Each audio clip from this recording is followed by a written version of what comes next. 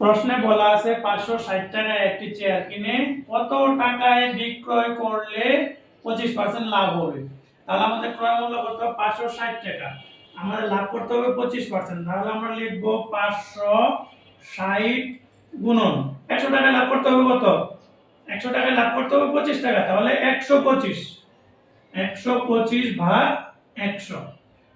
এখন আমরা কাটাকাটি করি। 4 25 এ 100, 5 25 এ 125, 4 দিয়ে 560 কে কাটাকাটি করলে হয় যে একবার 4 4 0 140।